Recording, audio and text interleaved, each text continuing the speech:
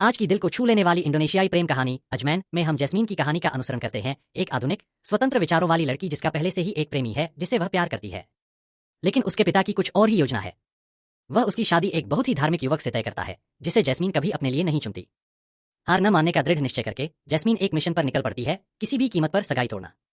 झूठी बीमारियों से लेकर भावनात्मक ब्लैकमेल तक वह शादी की योजनाओं को विफल करने के लिए हर दिन नए नए विचार लेकर आती है। लेकिन कुछ अप्रत्याशित होने लगता है।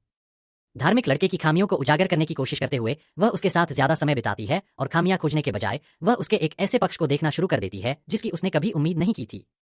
उसकी ईमानदारी, दयालुता और शांत शक्ति उसके दिल को छूने लगती है और धीरे धीरे जैस्मीन खुद को भी बदलती हुई पाती है। वह लड़की जो कभी परंपराओं से नफरत करती थी, आस्था की गहराई को समझने लगती है। उनके बीच की चिंगारी चुपचाप लेकिन गहराई से बढ़ती है।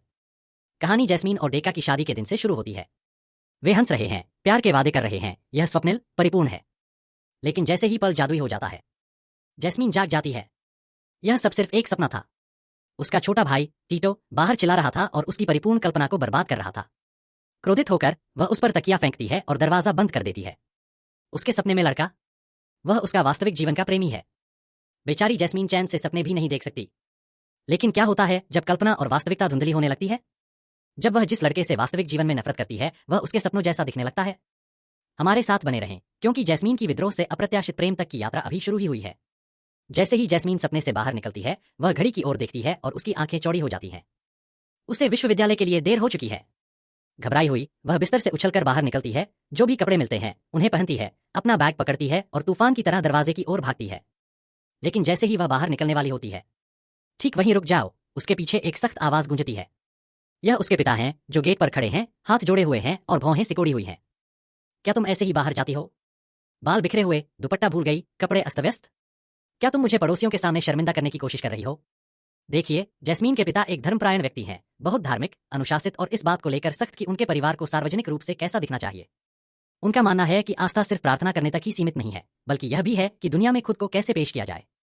जैस्मीन आमतौर पर यह सब देखकर आंखें मूंद लेती है, लेकिन आज वह चुपचाप अपना हिजाब अपने सिर पर खींच लेती है, आज्ञाकारिता से ज्यादा अपराध बोध के कारण। वह बहस नहीं करना चाहती। आज सुबह नहीं, लेकिन उसके पिता ने अभी भी ऐसा नहीं किया है। तुम्हें कौन लेने आ रहा है? मुझे मत बताना कि यह फिर से वही लड़का है। वह डेका के बारे में बात कर रहा है, जैस्मीन का गुप्त प्रेमी। एक फिटनेस फ्रीक जो आकर्षण, आत्मविश्वास और अपने पिता की नजर में बिल्कुल बेमेल है। नहीं बाबा, जैस्मीन ने सहजता से झूठ बोला, मैं एक सवार के साथ जा रही हूं। और ठीक उसी समय एक राइडशेयर लड़का बाइक पर आकर रुकता है। जैस्मीन उस पर चढ़ जाती है, मासूमियत से हाथ हिलाती है और उसके पिता उसे आखिरी बार याद दिलाते हैं, ठीक से बैठो, थोड़ी दूरी बनाए रखो। लेकिन कुछ ही लेन आगे बढ़ने पर नाटक खत्म हो जाता है। यहां रुको, वह सवार से कहती है। वह उतर जाती है और सीधे डेका के पास जाती है, जो एक मुस्कान और अपने हमेशा की तरह कूल बॉय कॉन्फिडेंस के साथ कोने में इंतजार कर रहा है। बिना किसी हिचकिचाहट के वह अपना हिजाब उतार देती है, उसकी बाइक पर चढ़ जाती है और वे दोनों विद्रोही की तरह हंसते हुए चले जाते हैं। वे कहां जा रहे हैं? बेशक, जिम। डेका फिटनेस के प्रति जुनूनी है। वह प्रोटीन शेक को पवित्र जल की तरह मानता है और जहां भी जाता है जैस्मीन को भी साथ ले जाता है। भले ही उसे स्क्वैट्स और डंबल पसंद न हो, लेकिन वह उसके आसपास रहना पसंद करती है। और अभी के लिए इतना ही काफी है। जबकि जैस्मीन अपने निजी और पारिवारिक जीवन को संतुलित करने के लिए संघर्ष कर रही है, डेका जिम में एक नया सरप्राइज देता है। अरे, वह अपने माथे से पसीना पोंछते हुए कहता है, अगले महीने एक कपल की फिटनेस चुनौती आने वाली है। जैस्मीन भौहें चढ़ाती है। और अच्छा, प्रवेश करने के लिए जोड़े का शादीशुदा होना जरूरी है। इससे पहले कि वह जवाब दे, डेका पहले से ही एक वीडियो रिकॉर्ड कर रहा है। वह कैमरा जैस्मीन की ओर घुमाता है, जो एक हास्यास्पद रूप से भारी डंबल उठाने की कोशिश कर रही है और गर्व से कहता है, यह मेरी पत्नी है। उसे जाते हुए देखो। वजन उठाने में संघर्ष कर रही जैस्मीन लगातार उसका नाम पुकार रही है, डेका। क्या थोड़ी मदद चाहिए? लेकिन डेका अपने सोशल मीडिया पोस्ट के लिए सही एंगल पाने में व्यस्त है। जैसे ही वह डंबल गिराने वाली होती है, एक और जिम जाने वाला व्यक्ति दौड़कर आता है और उसकी मदद करता है। शर्मिंदा और गुस्से में जैस्मीन डेका को घूरती है, तुमने मेरी बात नहीं सुनी? मैं लगभग इसे गिरा ही देती। डेका को आखिरकार एहसास होता है कि क्या हुआ था। मुझे बहुत खेद है, वह फोन रखते हुए कहता है। मैं बेवकूफी कर रहा था। एक संक्षिप्त विराम के बाद जैस्मिन एक आह भरती है। ठीक है, बस अगली बार शायद सिर्फ वीडियो में नहीं बल्कि सच में मेरी पार्टनर बनो। वे दोनों मुस्कुराते हैं और पल फिर से नरम हो जाता है। उस दिन बाद में जैस्मीन विश्वविद्यालय चली जाती है। जैसे ही कक्षा समाप्त होती है, वह अपनी सबसे अच्छी दोस्त फातिमा के साथ बाहर निकलती है, जो एक शांत, विचारशील लड़की है और जिसमें आस्था की भावना प्रबल है। फातिमा अपना फोन निकालती है और जैस्मीन को डेका द्वारा पहले पोस्ट किया गया वीडियो दिखाती है। लोग वास्तव में सोचते हैं कि तुम दोनों अब शादीशुदा हो। जैस्मीन इस पर हंसती है। नहीं नहीं, यह सिर्फ प्रतियोगिता के लिए था। हम अभी तक शादीशुदा नहीं हैं। लेकिन डेका जल्द ही प्रपोज करने वाला है, वह अपनी आंखों में चमक भरते हुए कहती है। हमें बस पिताजी की स्वीकृति चाहिए। फातिमा रुकती है, भौहें सिकोड़ती है। क्या तुम्हारे पिता को इस बारे में पता है? जैस्मीन अपना सिर हिलाती है। उन्हें अभी भी डेका पसंद नहीं है, इसलिए हम इंतजार कर रहे हैं। उम्मीद है वे मान जाएंगे। फातिमा उसे चिंतित नजर से देखती है। तुम मुश्किल में हो, जैस्मीन। तुम उसे कैसे मनाओगी? जैस्मीन कंधे उचकाती है। मुझे नहीं पता। मैं अभी खुश हूं और यही काफी है। लेकिन फातिमा ने अभी भी यही कहा। क्या तुम सच में खुश हो? तुम्हें इस बात से कोई फर्क नहीं पड़ता कि डेका का हर चीज पर कितना नियंत्रण है? जिम, प्रतियोगिताएं, यहां तक कि तुम क्या पोस्ट करती हो? जैस्मीन एक पल के लिए झिझकती है, फिर मुस्कुरा देती है। मुझे इससे कोई दिक्कत नहीं है। मुझे यह पसंद है, असल में। तभी डेका कहीं से प्रकट होता है और जैस्मीन को अपनी बाहों में भर लेता है। वे गर्मजोशी से गले मिलते हैं, लेकिन हर कोई इसे स्वीकार नहीं करता। फातिमा पीछे हट जाती है, स्पष्ट रूप से असहज। तुम दोनों को सार्वजनिक रूप से ऐसा नहीं करना चाहिए। तुम शादीशुदा नहीं हो। यह सही नहीं है। फातिमा बहुत धार्मिक है। वह सीमाओं, शालीनता और अपने मूल्यों के अनुसार जीने में विश्वास करती है। दूसरी ओर जैस्मीन और डेका उस मानसिकता को साझा नहीं करते। तनाव को अनदेखा करते हुए डेका जैस्मीन की ओर मुड़ता है। चलो बेब, हमारे पास स्पीड वॉक सेशन है। जैस्मीन कराहती है। क्या हम आज इसे छोड़ नहीं सकते? मैं थक गया हूं, लेकिन डेका ने जोर दिया। तुमने कहा था कि तुम मजबूत बनना चाहती हो, याद है? उसने आधे मन से सिर हिलाया और साथ चली गई। लेकिन उसके चेहरे पर कुछ संदेह की लकीर दिखाई दे रही थी। जैस्मीन थक गई थी, मानसिक और शारीरिक रूप से। वह बस आराम करना चाहती थी।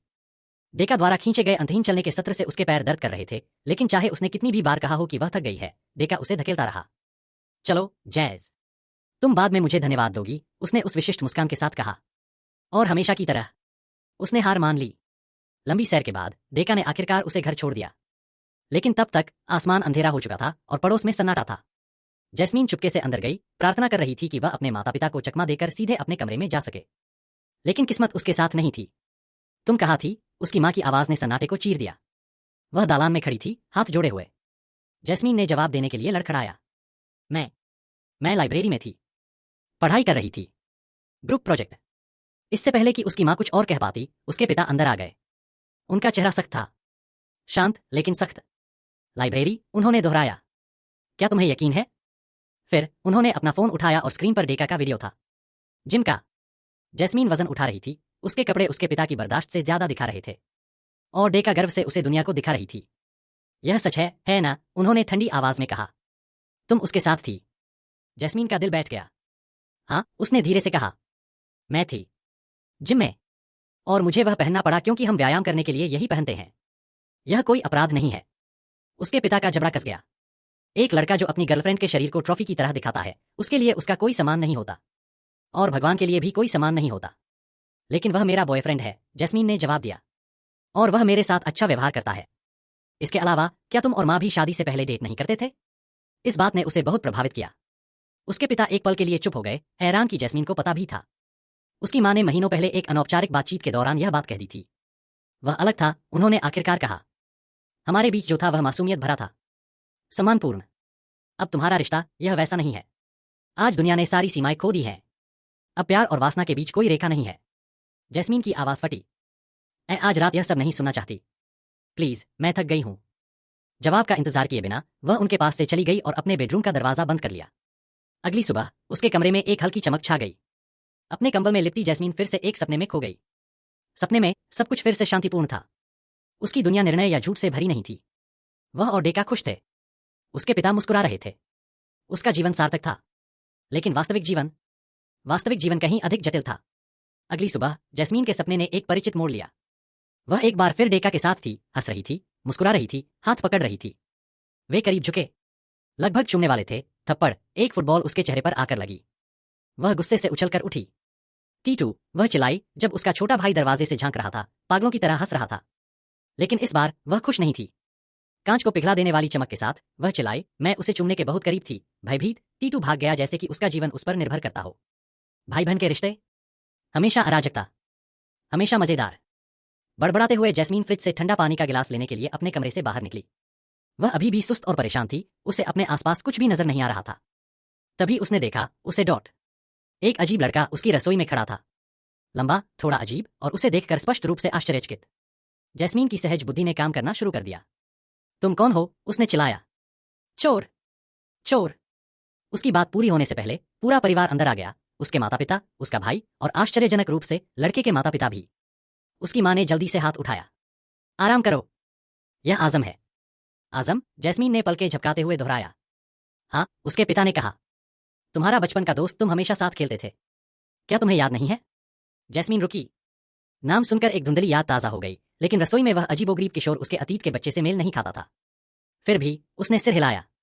ओह, ठीक है, लेकिन वह सुबह 9 बजे यहां क्या कर रहा है? उसके पिता मुस्कुराए, बहुत शांति से। वे बस मिलने आए थे। तुम्हें पता है, बातचीत करने के लिए। कोई बड़ी बात नहीं है। उसकी मां ने कहा, बस विनम्र रहो, थोड़ा सजधज कर रहो, नमस्ते कहो, बस इतना ही, बस इतना ही। जैस्मीन को ठीक से पता था कि इसका क्या मतलब है। यह एक साजिश थी। उसके माता पिता उसके और आजम के बीच मुलाकात तय करने की कोशिश कर रहे थे, संभवतः शादी के लिए। उसकी आंखें सिकुड़ गईं। अगर वे चाहते थे कि वह अच्छे कपड़े पहने और आजम को प्रभावित करे, तो वह इसके विपरीत करेगी। कुछ मिनट बाद जैस्मीन लिविंग रूम में चली गई, जो सबसे हास्यास्पद पोशाक में थी, फूली हुई कार्टून पजामा, बेमेल मोजे और बालों को एक तिरछी बन में बांधा हुआ। आजम ने ऊपर देखा और विनम्रता से दूसरी तरफ देखा। उसकी मां चौंक गई। जैस्मीन। क्या? जैस्मीन ने मासूमियत से कहा। यह मैं हूं, असली और बिना किसी फिल्टर के। उसके पिता ऐसे लग रहे थे जैसे वे सोफे में धंस जाना चाहते हों। आजम की मां ने अजीब तरीके से चाय पी। और जैस्मीन? वह आत्मसंतुष्ट होकर मुस्कुराई, क्योंकि उसके दिमाग में केवल एक ही लड़का था जिसे वह चाहती थी, और उसका नाम आजम नहीं था। आजम के माता पिता उसे देखते रह गए।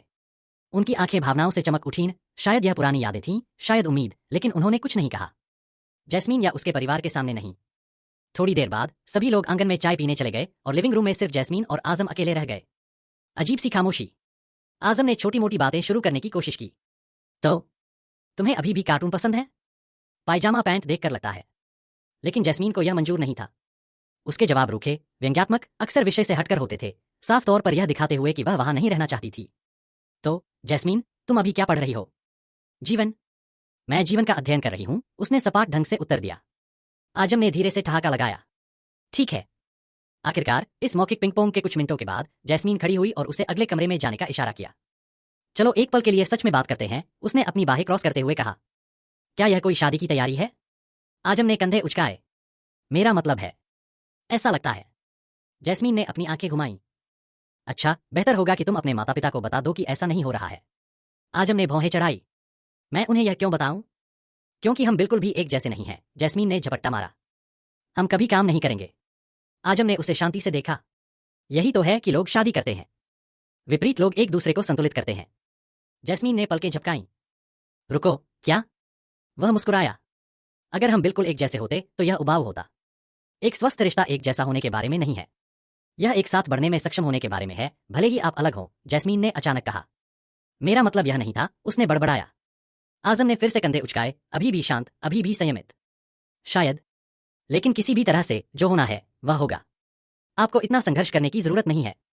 कभी कभी योजना हमसे बड़ी होती है। उसके शब्द उसके दिमाग में गूंज रहे थे, लेकिन उसने जल्दी से उन्हें अनदेखा कर दिया। फिर आजम ने अपना फोन निकाला। वैसे क्या मैं आपका नंबर ले सकता हूं? बस मामले में जैस्मीन ने अपनी आंखें सिकोड़ लीं। नहीं, लेकिन थोड़ी देर की हिचकिचाहट के बाद उसने उसका फोन छीन लिया, अपना नंबर डाला और अपना संपर्क इस रूप में सहेज लिया। आजम का दुश्मन। आजम ने स्क्रीन पर नजर डाली और मुस्कुराया। आप जानते हैं, दुश्मन आपकी सोच से कहीं ज्यादा तेजी से दोस्त बन जाते हैं, और कभी कभी दोस्त भी उतनी ही तेजी से अजनबी बन जाते हैं। जैस्मिन ने अपनी आंखें घुमाईं। कविता बचाओ, और इसके साथ ही वे दूसरों के पास लौट आए। उस शाम बाद में जैस्मिन ने अपने माता पिता की ओर रुख किया और सब कुछ स्पष्ट कर दिया। चाहे आप कितने भी सरप्राइज मेहमानों को आमंत्रित करें या कितने भी भावनात्मक भाषण तैयार करें, मैं किसी भी अरेंज मैरिज के लिए सहमत नहीं हूं। अभी नहीं, कभी नहीं। इससे पहले कि वे जवाब दे पाते, वह बाहर निकल गई और सीधे फातिमा से मिलने चली गई। आजम से पहले मिलने के बाद जैस्मिन सीधे अपनी सबसे अच्छी दोस्त फातिमा से मिलने चली गई। उसने सब कुछ कह दिया। आजम का अप्रत्याशित आना, अजीबोगरीब बातचीत, पारिवारिक माहौल। फातिमा की आंखें जिज्ञासा से चमक उठीं। रुको रुको, मुझे उसकी तस्वीर दिखाओ। जैस्मिन ने आह भरी, अपना फोन निकाला और उसे आजम की तस्वीर दिखाई। फातिमा ने आंखें सिकोड़ी, फिर मुस्कुराई। वाह, वह वाकई बहुत हैंडसम है। तुम दोनों साथ में अच्छे लगोगे। जैस्मिन ने आंखें घुमाईं। ओह प्लीज, मजाक करना बंद करो। लेकिन उसकी झुंझलाहट जल्दी ही निराशा में बदल गई। मेरा मतलब है, मेरे माता पिता मेरी शादी तय करने के बारे में कैसे सोच सकते हैं जब उन्हें पता है कि मेरा पहले से ही एक बॉयफ्रेंड है? यह कैसे उचित है? फातिमा, जो हमेशा व्यावहारिक होती है, ने धीरे से कहा, शायद तुम्हें दोनों लड़कों को परखना चाहिए। देखो कौन तुम्हारे लिए सही है। जैस्मिन ने अपनी बाहें पार की। किसी भी परीक्षण की आवश्यकता नहीं है। डेका हर बार जीतेगा। और जैसे कि उसके विचारों से प्रेरित होकर डेका ने उसे तुरंत बुलाया। अगले दृश्य पर जाए। जैस्मिन एक आरामदायक रेस्तरां में डेका के सामने बैठी हुई है। उसने मुस्कुराते हुए उसके सामने एक प्लेट रखी। एक बड़ा रसीला बर्गर। जन्मदिन मुबारक। जैस्मिन की आंखें चमक उठीं। हे भगवान, मैंने महीनों से उबली हुई सब्जियों के अलावा कुछ नहीं खाया है। यह स्वर्ग जैसा लगता है। डेका हंसी। ठीक है, चूंकि यह तुम्हारा जन्मदिन है इसलिए मैं इसे अनदेखा कर रही हूं। फातिमा के शब्द जैस्मिन के दिमाग में हल्के से गूंज रहे थे। वह तुम्हें हर चीज में नियंत्रित करता है। लेकिन उसने जल्दी से इस विचार को किनारे कर दिया। आखिरकार वह उससे प्यार करती थी। सही। बीच में ही जैस्मीन ने खुलकर बात करने की कोशिश की। डेका, मुझे बात करनी है। हमारे बारे में मैं सोच रही थी। लेकिन डेका ने उसे बीच में ही रोक दिया। बेब, क्या लगता है हम इसमें शामिल हैं? फिटनेस कपल कॉन्टेस्ट हमें चुना गया। जैस्मीन ने मुस्कुराने की कोशिश करते हुए पलकें झपकाईं। यह बहुत बढ़िया है। लेकिन मेरा मतलब है हमें अब गंभीरता से ट्रेनिंग करनी होगी। ध्यान केंद्रित करना होगा। कोई विकर्षण नहीं। जैस्मीन ने अपनी आवाज कम कर दी। देखा, मैं हमारे रिश्ते के बारे में बात करने की कोशिश कर रही हूं। यह किसी कॉन्टेस्ट से ज्यादा जरूरी है। लेकिन डेका ने उसे टाल दिया। हमारे रिश्ते में कोई समस्या नहीं है जैस। सब कुछ ठीक है। निराश होकर जैस्मीन अपने बर्गर के पास वापस चली गई। लेकिन जैसे ही वह एक निवाला खाने वाली थी, रुको, डेका ने प्लेट खींचते हुए कहा। अब जब हम कॉन्टेस्ट में हैं तो तुम यह नहीं खा सकती। यहां उसने उसके सामने सलाद का कटोरा रखा। जैस्मीन ने सलाद को घूरा। उसका दिल बैठ गया। लेकिन उसने कुछ नहीं कहा। उस रात जैस्मीन अपने कमरे में चुपचाप पढ़ाई कर रही थी। उसका फोन बज उठा। यह एक संदेश था। आजम, अस्सलामु अलैकुम। बस चेक इन कर रहा हूं, कृपया मेरा नंबर सेव कर लें अगर आपने अभी तक नहीं किया है। जैस्मीन ने मुस्कुराते हुए जवाब दिया। मैं इस तरह से मैसेज करता हूं। कोई समस्या है? थोड़ा विराम। आजम, कोई समस्या नहीं। बस ऐसा लगता है कि तुम तनाव में हो। मैं अब तुम्हें परेशान नहीं करूंगा। तभी उसकी मां ने उसे लिविंग रूम से बुलाया। जैस्मीन, कोई तुमसे मिलने आया है। नीचे आओ। और आने से पहले अपना हिजाब ठीक कर लो। आह भरते हुए जैस्मीन आगे के कमरे में चली गई और वह फिर से वहां था। आजम डॉट। उसने गुस्से से देखा। अगर तुम पहले से ही यहां हो तो मुझे मैसेज क्यों कर रहे हो? इससे पहले कि वह जवाब दे पाता, उसके पिता ने ठहाका लगाया। मैसेज कर रहे हो, है ना? तो अब तुम दोनों एक दूसरे को मैसेज भी करोगे। यह बढ़िया है। फिर वह खड़ा हुआ और उसे इशारा किया। बैठो। उससे बात करो।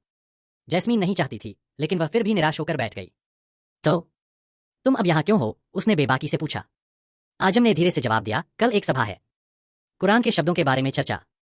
मैं तुम्हें व्यक्तिगत रूप से आमंत्रित करना चाहता था। जब आजम ने जैस्मीन को कुरानिक सभा में आमंत्रित किया तो उसने तुरंत अपना सिर हिला दिया। कल मेरा कैंपस है, उसने सपाट लहजे में कहा। और मैं तुम्हारे साथ अकेले कहीं क्यों जाऊंगी? आजम ने शांति से सिर हिलाया। बिल्कुल नहीं। मैं ऐसा सुझाव नहीं दूंगा। मेरी छोटी बहन आफिया भी आ रही है। और तुम्हारे पिता वे पहले ही सहमत हो चुके हैं। इससे पहले कि जैस्मीन विरोध कर पाती, उसके पिता की आवाज अगले कमरे से आई। मैंने कैलेंडर चेक किया, कल सार्वजनिक अवकाश है। मैं तुम्हारे साथ शामिल हो सकता हूं। जैस्मीन ने खाली आंखों से देखा। बढ़िया। फिर से फंस गई। अगली सुबह वे सभी तैयार हो गए और आजम की कार में सवार हो गए। गाड़ी चलाते समय रेडियो पर धार्मिक बातें चल रही थीं। एक विद्वान ने विवाह में समान और ईमानदारी के बारे में बात की, कैसे पति और पत्नी दोनों को समान भावनात्मक भार उठाना चाहिए। आजम ने सोच समझकर अपने विचार जोड़े। एक रिश्ता एक निष्ठता और आपसी देखभाल पर आधारित होना चाहिए। इसमें अधिकार जताने या खेल के लिए कोई जगह नहीं है। जैस्मीन के पिता मुस्कुराए और सिर हिलाया। इस लड़के में समझ है। वह दिल और विश्वास से सोचता है। इस बीच जैस्मीन खिड़की से टिकी हुई थी, स्पष्ट रूप से प्रभावित नहीं हुई। उसकी खामोशी शब्दों से ज्यादा जोरदार थी। जब वे पहुंचे तो आजम जैस्मीन की ओर मुड़े। महिलाओं के लिए एक अलग सेक्शन है, बस वहीं पर। जैस्मीन ने अपनी बाहें क्रॉस की। मुझे यह पता है। आपको स्कूल टीचर की तरह व्यवहार करने की जरूरत नहीं है। आजम ने हल्की मुस्कान दी, लेकिन कुछ नहीं कहा। वे अपने अपने सेक्शन में अलग हो गए और तभी जैस्मीन को उसका सरप्राइज मिला। आजम मंच पर चढ़े। वे वक्ता थे। जैस्मीन अविश्वास में पलकें झपकाने लगी। किसी ने उसे नहीं बताया था कि वे भाषण का नेतृत्व करेंगे। फिर उन्होंने शुरू किया।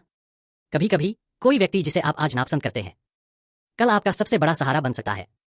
इसलिए हमेशा के लिए नफरत न करें। अल्लाह दिलों को ऐसे बदल सकता है जिसकी हम कभी उम्मीद नहीं करते।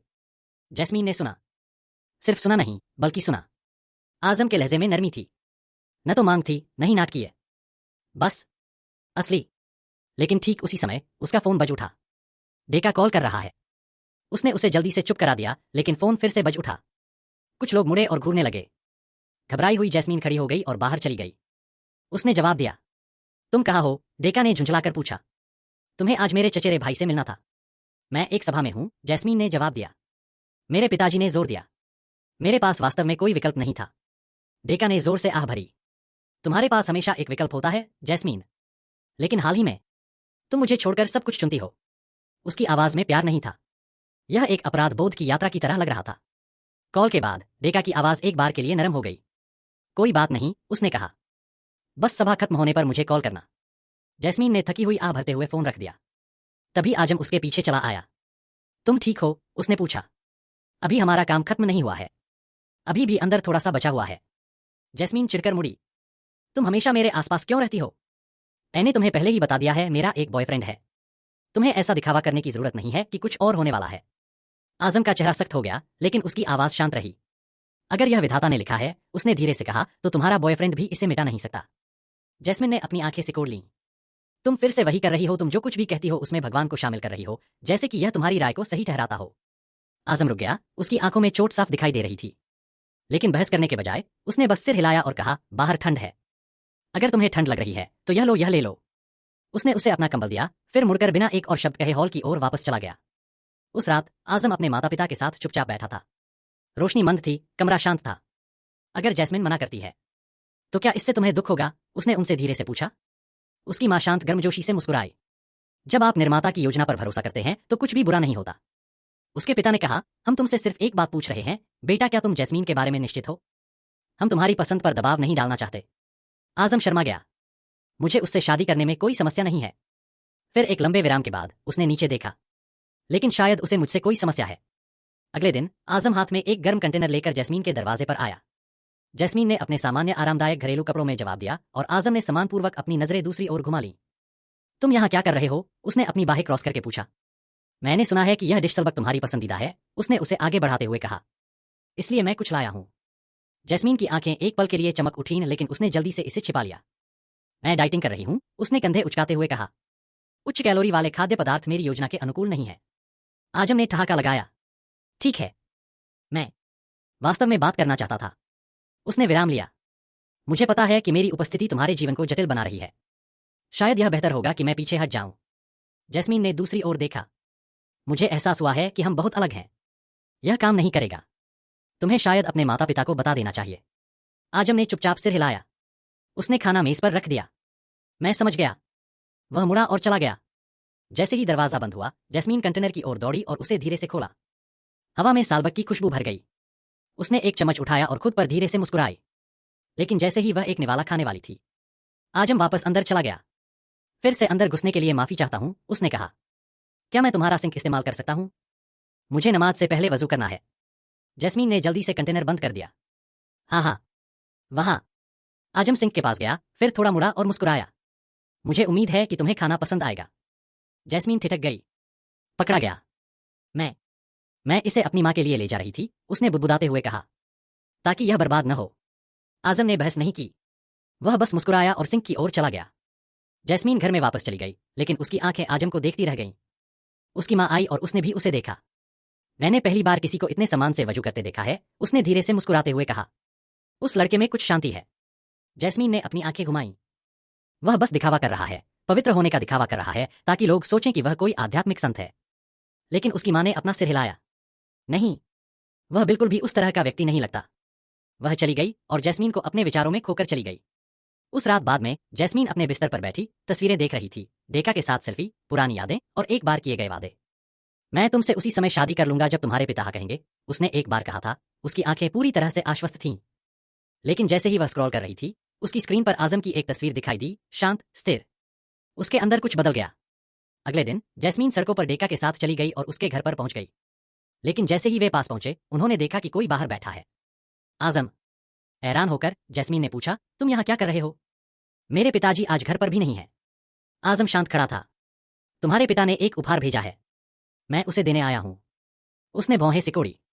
अच्छा, मिशन पूरा हुआ। अब तुम जा सकते हो। आजम ने हल्के से मुस्कुराया। मैं करूंगा, लेकिन मैं थोड़ा इंतजार करूंगा। मुझे नहीं लगता कि तुम्हें यहां उसके साथ अकेला छोड़ना सुरक्षित है। यह बात उसे चुभ गई। डेका के चेहरे पर उदासी छा गई। बिना कुछ कहे उसने आजम का कॉलर पकड़ लिया। बाहर निकलो, वह गुर्राया। वे हाथापाई करने लगे। ऊंची आवाजें, हवा में तनाव, जब तक जैस्मीन पानी का जग लेकर नहीं आ गई और उन दोनों पर उड़ेल दिया। बस, तुम दोनों चले जाओ। वे भीगते हुए और अवाक होकर चले गए। अगले दिन जैस्मीन के विश्वविद्यालय के बाहर आजम इंतजार कर रहा था। कल के लिए मुझे खेद है, उसने उसे देखते ही कहा। मैं तुम्हें माफ कर दूंगा।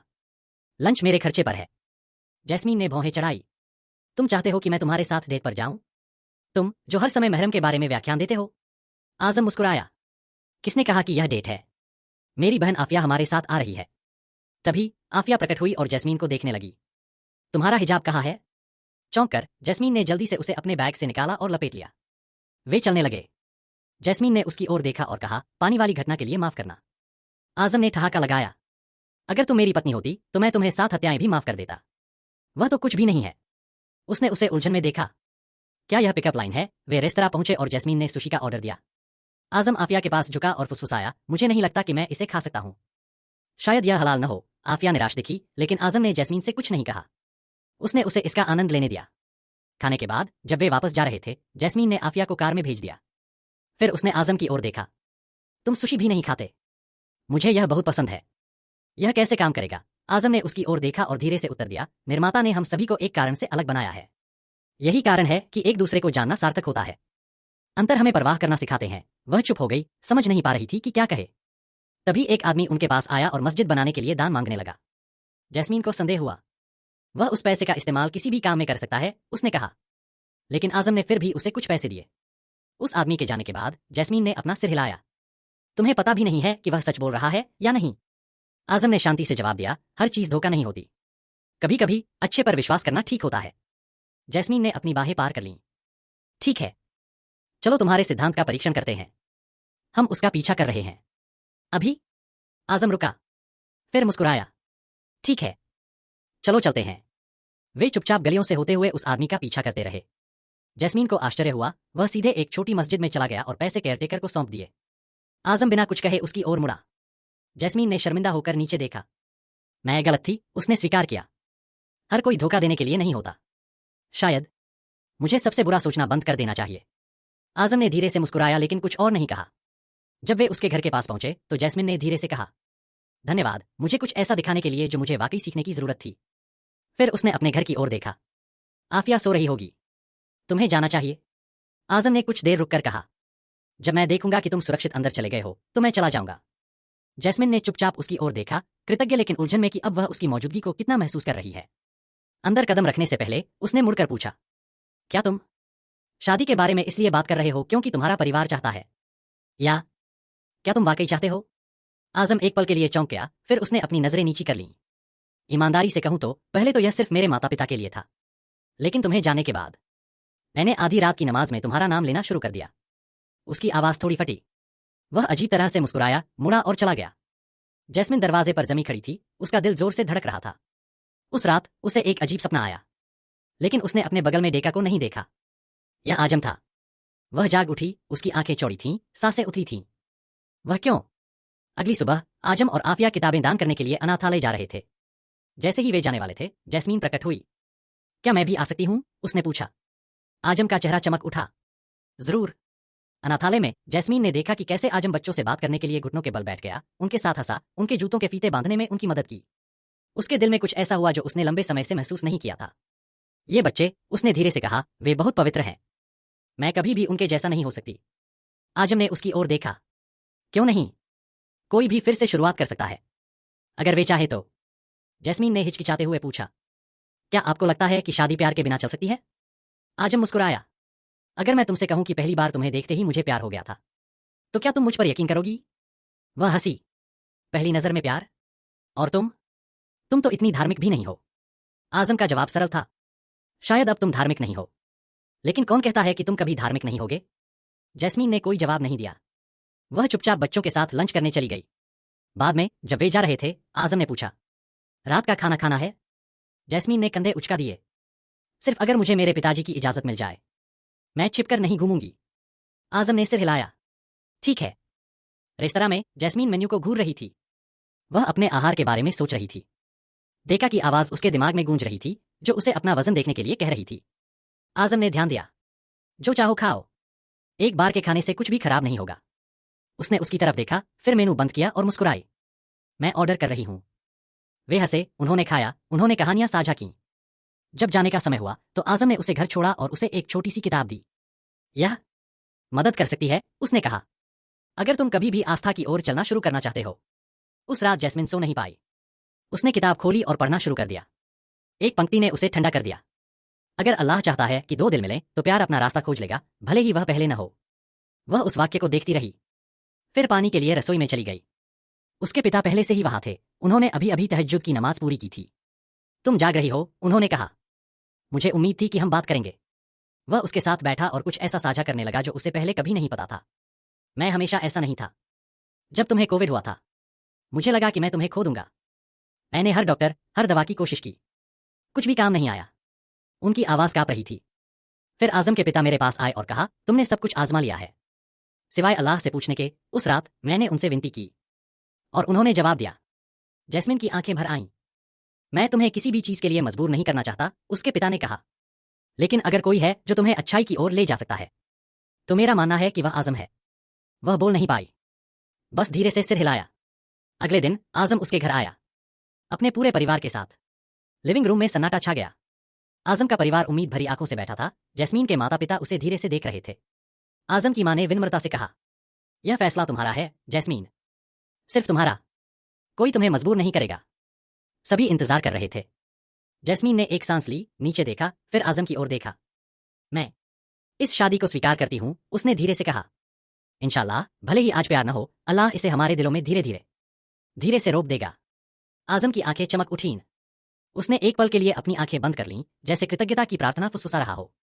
उस दिन बाद में जैस्मीन को एक कॉल आया। यह डेका था। वह स्क्रीन को घूरते हुए जम गई, फिर धीरे से जवाब दिया। अरे जैज, उसने खुशी से कहा, बड़ी खबर। चलो मिलते हैं आज रात। जैस्मीन के पास शब्द नहीं थे। वह कहना चाहती थी, मेरी सगाई हो गई है, लेकिन उसके होंठ नहीं हिल रहे थे। तो उसने कहा, ठीक है, और फोन रख दिया। आजम उसके पीछे आया। सब ठीक है? उसने अस्पष्ट रूप से सिर हिलाया। मैं बस तुम्हें धन्यवाद देना चाहता था, उसने कहा। हाँ कहने के लिए। मैं कसम खाता हूं, मैं कभी इतना खुश नहीं हुआ। मैं सोचता रहता हूं, शायद मैं इस आशीर्वाद के लायक नहीं हूं, लेकिन अल्लाह ने मुझे यह दिया है। जैस्मीन मुस्कुराई, उसके गाल गुलाबी हो गए। उस शाम वह डेका से एक कैफे में मिली। उसने तय कर लिया था वह उसे सब कुछ बताएगी, लेकिन डेका का ध्यान भटक रहा था। वह अपने फोन को स्क्रॉल कर रहा था। हमने पॉडकास्ट प्रतियोगिता जीती है, उसने कहा। हम ट्रेंड कर रहे हैं। जैस्मीन ने बोलने के लिए अपना मुंह खोला। उसने उसे बीच में ही रोक दिया। यह तो बस शुरुआत है। तुम और मैं हम बहुत आगे तक जाएंगे। जैस्मीन ने फिर कोशिश की, देखा, मुझे बताना है। वह अचानक खड़ा हो गया। चलो, हमें इंटरव्यू की तैयारी करनी है। उसने उसकी बात नहीं सुनी। वह चुपचाप बैठी रही, उसका दिल डूब रहा था। वह सुनता ही नहीं। उस रात बाद में वह उसके साथ पॉडकास्ट स्टूडियो गई। डेका ने शोमैन की तरह माइक लिया। हाँ, हम शादीशुदा हैं। हम काफी समय से साथ हैं। वह हर मायने में मेरी पत्नी है। जैस्मीन ने पलकें झपकाईं। उसका चेहरा गुस्से से लाल हो गया। जब बोलने की बारी आई तो वह माइक के सामने झुकी और बोली, मैं उसकी पत्नी नहीं हूं। अभी नहीं, कभी नहीं। यह प्रतियोगिता उसके लिए कुछ मायने रख सकती है, लेकिन मैं झूठ पर आधारित साझेदारी नहीं चाहती। वह खड़ी हुई और बाहर चली गई। डेका ने चौंक कर देखा। जैज, तुम्हें क्या हो गया है? जैस्मीन ने दालान में उसकी ओर रुख किया। मैंने तुम्हें बताने की कोशिश की। मैं शादी करने जा रही हूं। मैंने अपने दिमाग में कई बार कहा, लेकिन तुम मेरी बात सुनने में इतने व्यस्त थे। उसने उसे जाते हुए देखा, बोलने में असमर्थ। बाहर जैस्मीन एक टैक्सी में बैठ गई। उसने अपना सिर खिड़की पर टिका दिया, थका हुआ और थोड़ा मुक्त महसूस कर रही थी। उसका फोन बज उठा। आजम, उसने धीरे से जवाब दिया। हेलो। आजम की आवाज शांत और गर्मजोशी भरी थी। अरे, मैं सोच रही थी, क्या तुम कल फिर से मेरे साथ अनाथालय आना चाहोगी? जैस्मीन ने बिना सोचे समझे मुस्कुरा दिया। मुझे बहुत अच्छा लगेगा। अगले दिन जैस्मीन फिर से अनाथालय के गेट पर खड़ी थी। बच्चे उसे पहचानते हुए दौड़े। आजम ने उसे कुछ किताबें दीं और फुसफुसाया, आज पढ़ाने के लिए तैयार हो मिस जैस्मीन? वह हंसी। सिर्फ तभी जब तुम मेरे चॉकबोर्ड कौशल का मूल्यांकन करोगी। उन्होंने सत्र शुरू किया। जब उसने बच्चों को सीखते हुए देखा और आजम को एक बच्चे को धीरे से अपना जूता बांधते हुए देखा, तो उसके दिल में कुछ फुसफुसाया, यह सही लगता है। उस शाम बाद में जैस्मीन और आजम अनाथालय से निकल रहे थे। आजम ने उसके लिए कार का दरवाजा खोलते हुए मुस्कुराया। तुमने आज इस जगह को और भी रोशन कर दिया है, उसने कहा। वह भी मुस्कुराई। धन्यवाद, लेकिन आज तुम कार ले लो। मैं घर में अकेली चलूंगी। आजम हैरान था। क्या तुम्हें यकीन है? हाँ, मैं यह महसूस करना चाहती हूं कि गेट पर तुम्हारा इंतजार किए बिना घर चलना कैसा लगता है, उसने चंचलता से कहा। वह धीरे से हंसा। ठीक है, बस इस बार। उन्होंने एक दूसरे को धीरे से अलविदा कहा और जैस्मीन अंदर चली गई। लेकिन इससे पहले कि वह शांत हो पाती, उसका फोन बज उठा। डेका डॉट। उसकी आवाज में घबराहट थी। जैज, मुझे तुमसे मिलना है। अभी? क्या? क्यों? अगर तुम नहीं आओगे, मैं कसम खाता हूं, मैं सब खत्म कर दूंगा। मैं खुद को मार डालूंगा। जैस्मीन की सांस अटक गई। ऐसा मत कहो। मैं सच कह रहा हूं, जैस्मीन।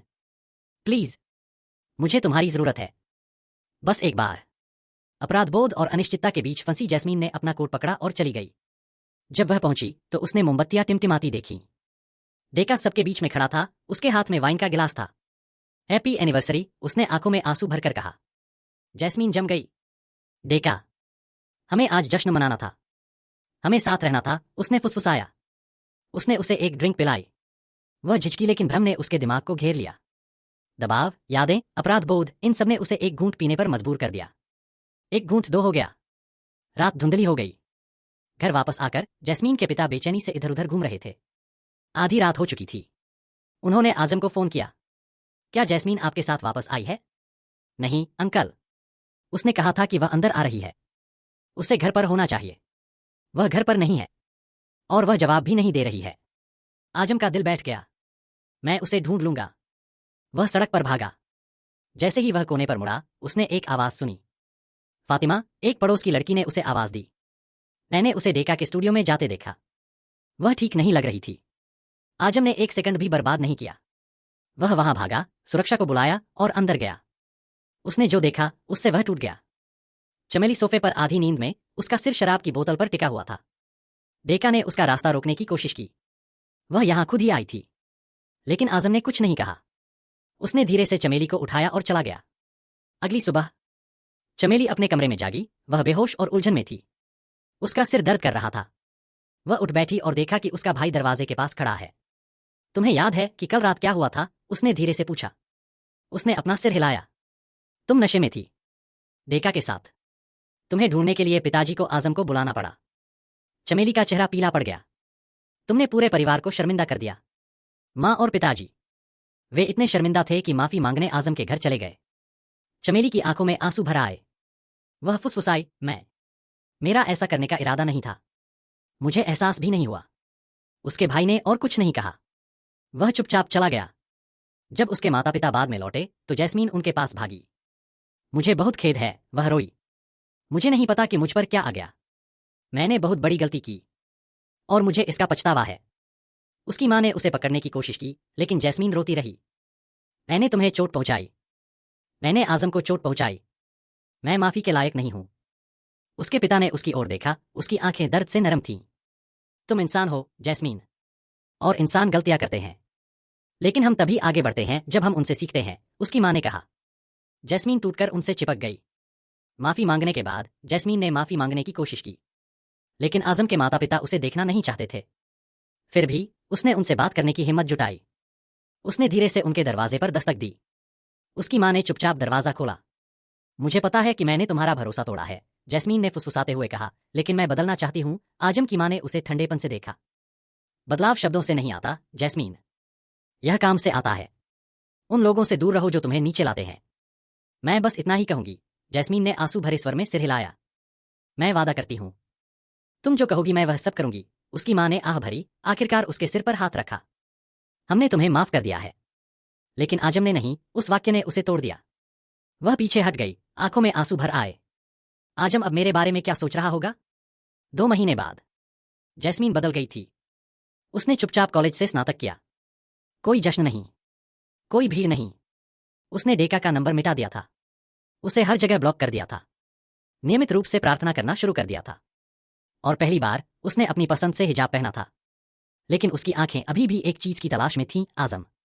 आज भी अपनी ग्रेजुएशन पर उसका दिल एक सवाल से तड़प रहा था, क्या वह मुझे कभी माफ करेगा? वह कैंपस के बगीचे में अकेली चली गई, विचारों में खोई हुई।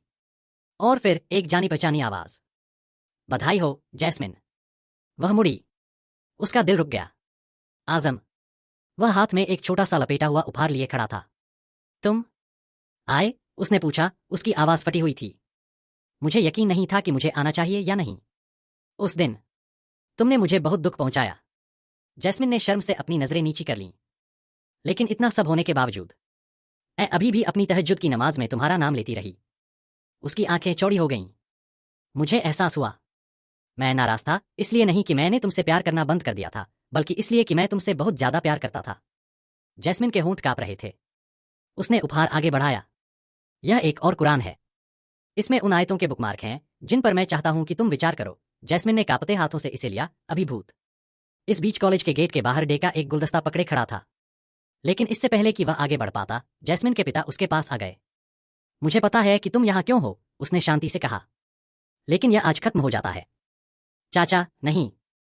सुनो, तुम एक बार जैस्मिन के लिए कुछ मायने रखते थे, लेकिन अब वह एक अलग रास्ते पर है और तुम्हें भी ऐसा ही करना चाहिए। लेकिन मैं उससे प्यार करता हूं, डेका ने फटी हुई आवाज में कहा। तो उससे इतना प्यार करो कि उसे जाने दो। जो तुम्हारा नहीं है उसके पीछे मत भागो। इसके बजाय अपने भविष्य का पीछा करो। डेका ने नीचे देखा। हार गया, लेकिन शायद आखिरकार आजाद हो गया। वह चुपचाप मुड़ा और चला गया। उस शाम जैस्मिन का घर रोशनी और खुशी से भर गया था। आजम अपने माता पिता के साथ बैठा था। हॉल में हंसी गूंज रही थी। खाने के बाद उसके पिता मुस्कुराए। तो क्या हमें आज सगाई फाइनल कर लेनी चाहिए? आजम ने जैस्मिन की तरफ देखा। वह शर्म से मुस्कुराई। हाँ, उसने कहा। आज ठीक लग रहा है। जैस्मिन को एक ऐसी शांति महसूस हुई जो उसने सालों से नहीं महसूस की थी। लेकिन उस रात जब आजम घर लौटा तो उसका फोन बज उठा। डेका। आजम रुका।